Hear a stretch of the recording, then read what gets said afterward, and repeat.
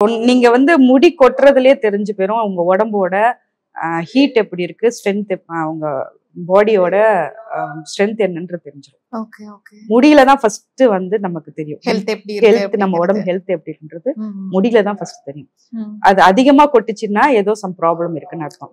அதே நேரத்துல தலையில பெயின் இருக்கு, பெயின் இல்லை அப்படின்லாம் சொல்றாங்கல்ல, பெயின் இருந்தா கண்டிப்பா ஹெல்தி பாடி.